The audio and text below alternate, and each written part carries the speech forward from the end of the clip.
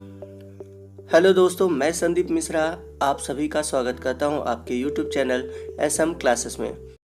दोस्तों, आज के इस वीडियो में हम डिस्कस करेंगे उत्प्रेरक वर्धक, उत्प्रेरक विष और संदमक के बारे में, जो कि आपके एग्जाम के पॉइंट ऑफ व्यू से मोस्ट इंपॉर्टेंट है और इससे एग्जाम में शॉर्ट नोट में क्वेश्चन पूछे जाते हैं। इसके अलावा वीडियो में हम आगे डिस्कस करेंगे प्रॉपर्टी ऑफ कैटेलिस्ट की, अर्थात उत्प्रेरक के गुणधर्म के बारे में, जो कि मोस्ट इंपॉर्टेंट है और इससे आपके एग्जाम में ऑब्जेक्टिव क्वेश्चन पूछे जाते हैं। तो कुल मिलाकर ये वीडियो आपके लिए मोस्ट इंपॉर्टेंट होने वाला है, तो वीडियो को आप ध्यान से देखिएगा और जितने भी इंपॉर्टेंट पॉइंट हैं उनको अपने नोटबुक में नोट करते चलिएगा। तो आइए वीडियो को स्टार्ट करते हैं।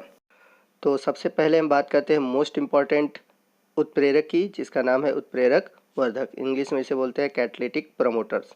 तो आइए जानते हैं उत्प्रेरक वर्धक क्या होते हैं।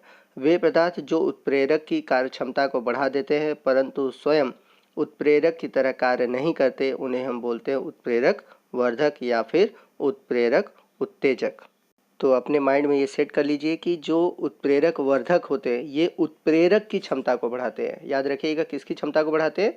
उत्प्रेरक की क्षमता को बढ़ाते हैं, परंतु स्वयं उत्प्रेरक की तरह कार्य नहीं करते, और ऐसे पदार्थों को ही हम बोलते हैं उत्प्रेरक वर्धक।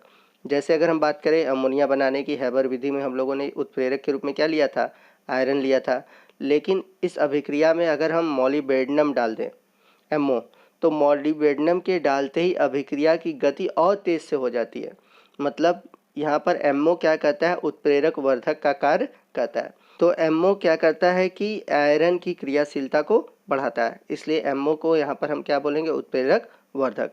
और ये अभिक्रिया पहले से और तेजी से होने लगती है। आइए नेक्स्ट हम बात करते हैं उत्प्रेरक विष की, जिसको इंग्लिश में बोलते हैं कैटालिटिक पॉइजन या फिर इनहिबिटर्स। तो जो उत्प्रेरक विष होते हैं ये उत्प्रेरक वर्धक के जस्ट उल्टा कार्य करते हैं। तो वे पदार्थ जो उत्प्रेरक की कार्य क्षमता को कम कर देते हैं या फिर नष्ट कर देते हैं परंतु स्वयं उत्प्रेरक की तरह कार्य नहीं करते, उन्हें हम उत्प्रेरक विष या उत्प्रेरक निरोधक कहते हैं। तो आइए एग्जाम्पल के थ्रू समझते हैं।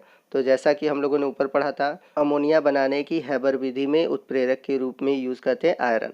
अब यदि इस अभिक्रिया में कोबाल्ट डाल दें तो कोबाल्ट क्या करता है कि अभिक्रिया की दर को कम कर देता है। जैसा ऊपर हम लोगों ने पढ़ा था कि मॉलिब्डेनम पे डालने पर अभिक्रिया बढ़ जा रही थी, अभिक्रिया की गति बढ़ जा रही थी, लेकिन कोबाल्ट के डालते ही अभिक्रिया की दर क्या हो रही है? घट जाती है। इसलिए यहाँ पर कोबाल्ट जो है उत्प्रेरक विष का कार्य करता है। आइए नेक्स्ट हम देखते हैं कि उत्प्रेरक वर्धक और उत्प्रेरक विष में क्या अंतर है। तो जैसा कि हम लोगों ने पढ़ा था कि उत्प्रेरक वर्धक वे पदार्थ होते हैं जो कि उत्प्रेरक की क्रियाशीलता को बढ़ा देते हैं। अगर हम इन्हें उत्प्रेरक के साथ मिला दें तो उनकी क्रियाशीलता को क्या कहते हैं? बढ़ा देते हैं, और ऐसे पदार्थ को हम बोलते हैं उत्प्रेरक वर्धक। वहीं हम बात करें उत्प्रेरक विष की, तो जब इन्हें उत्प्रेरक के साथ मिलाया जाता है तो ये उत्प्रेरक की क्रियाशीलता को क्या कहते हैं? घटा देते हैं, और ऐसे पदार्थ को हम बोलते हैं उत्प्रेरक विष। जैसे उदाहरण की बात करें उत्प्रेरक वर्धक में, तो यदि अगर हम अमोनिया बनाने की हैबर विधि में आयरन के साथ मॉलिब्डेनम मिला देते हैं तो क्या होता है कि अभिक्रिया बहुत तेज़ी से होने लगती है। तो एमओ उत्प्रेरक वर्धक का कार्य करता है, लेकिन यदि हम आयरन के साथ कोबाल्ट मिलाते हैं तो अभिक्रिया की दर घट जाती है। तो कोबाल्ट इस अभिक्रिया में उत्प्रेरक विष की तरह कार्य करता है। वहीं बात करें हम उत्प्रेरक वर्धक में, ये उत्प्रेरक की क्रियाशीलता को बढ़ाते हैं लेकिन उत्प्रेरक नहीं होते। वहीं हम बात करें उत्प्रेरक विष में, ये भी उत्प्रेरक नहीं होते लेकिन उत्प्रेरक की क्रियाशीलता को क्या करते हैं? कम कर देते हैं। तो ये था अंतर उत्प्रेरक वर्धक और उत्प्रेरक विष में। आइए नेक्स्ट हम बात करते हैं संदमक, जिसे इंग्लिश में बोलते हैं इनहिबिटर्स।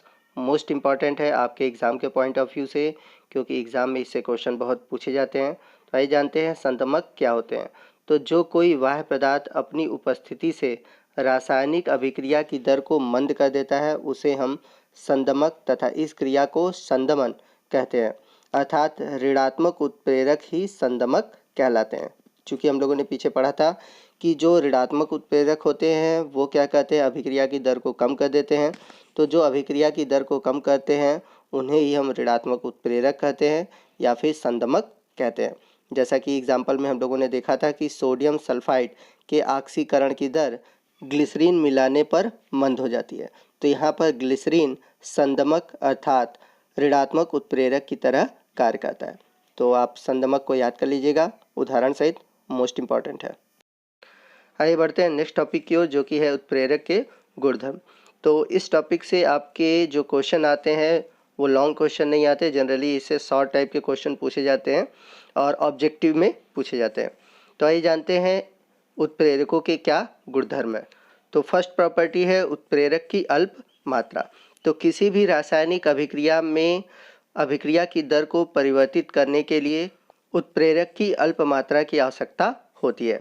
जैसे अगर हम एग्जाम्पल के रूप में लें कि 1 ग्राम कोलाइडी प्लैटिनम लगभग 10 के घात 8 लीटर हाइड्रोजन परऑक्साइड के विघटन दर को बढ़ाता है। तो किसी भी रासायनिक अभिक्रिया में उत्प्रेरक की अल्प मात्रा की आवश्यकता होती है, इस बात को आप याद रखिएगा।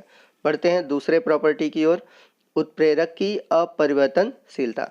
तो जैसा कि मैंने बताया था शुरू में कि जो उत्प्रेरक होते हैं अभिक्रिया के अंत में ज्यों के त्यों अलग हो जाते हैं। उत्प्रेरक के भौतिक गुणों में परिवर्तन तो हो सकता है, परंतु रासायनिक गुण में कोई परिवर्तन नहीं होता।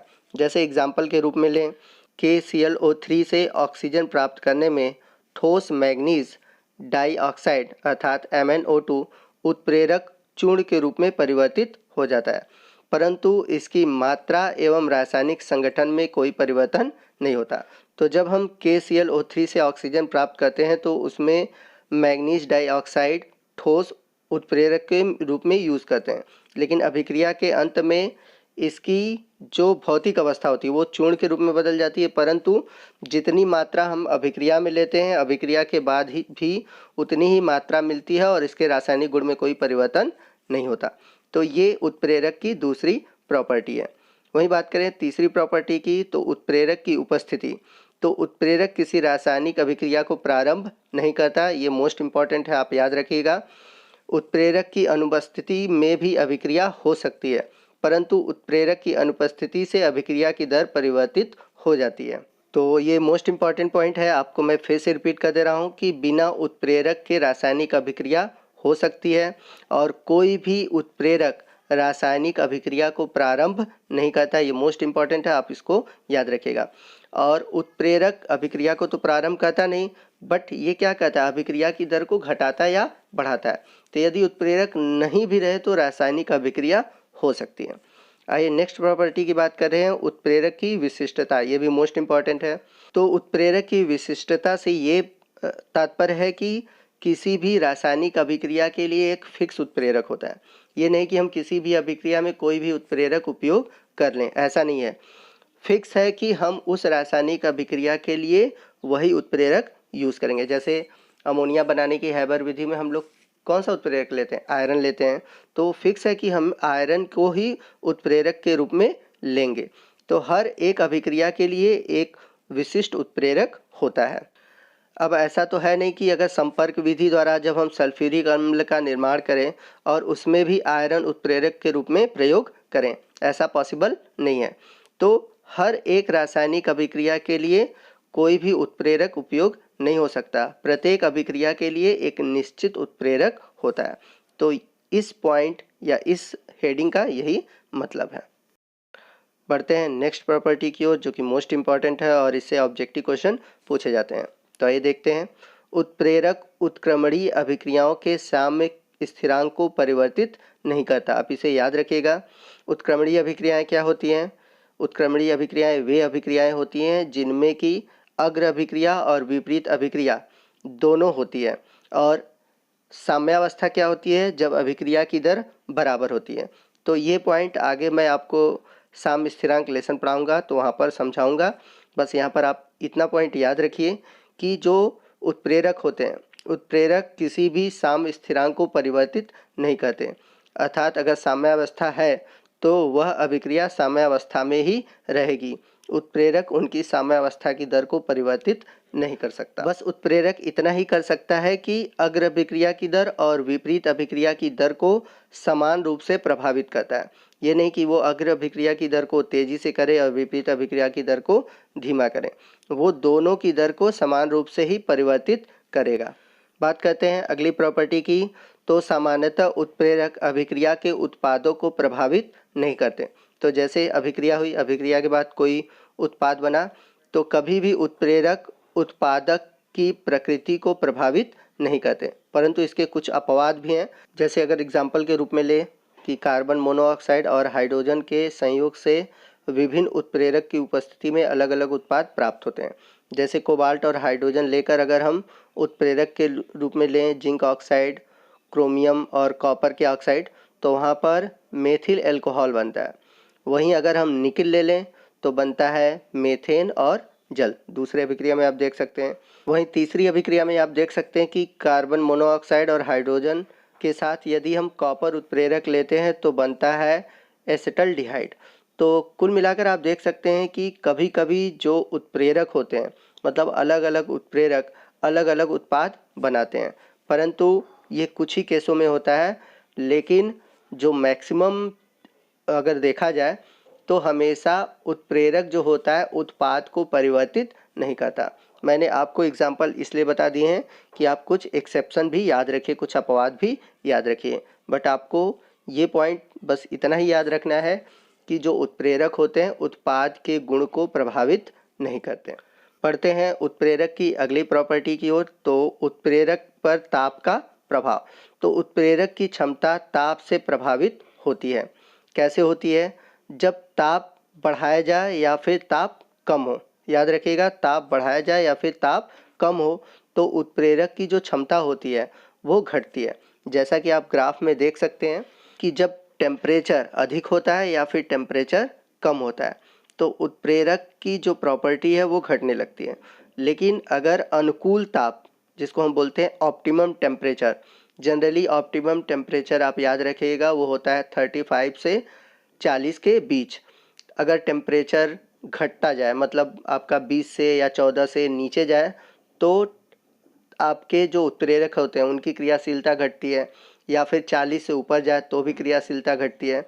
जैसे अगर हमारे बॉडी है, ठीक है, तो जब बहुत अधिक गर्मी पड़ती है, बहुत अधिक ठंडी पड़ती है तो हमारी जो शरीर की क्रियाशीलता वो घटने लगती है।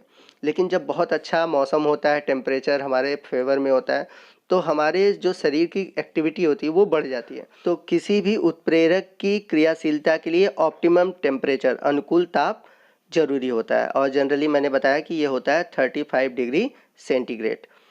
नेक्स्ट हम बात करते हैं उत्प्रेरक की अभिक्रिया की संकीर्ण ऊर्जा कम कर देती है। तो आइए सबसे पहले समझते हैं कि सक्रियण ऊर्जा, इंग्लिश में जिसे हम बोलते हैं एक्टिवेशन एनर्जी, क्या होती है।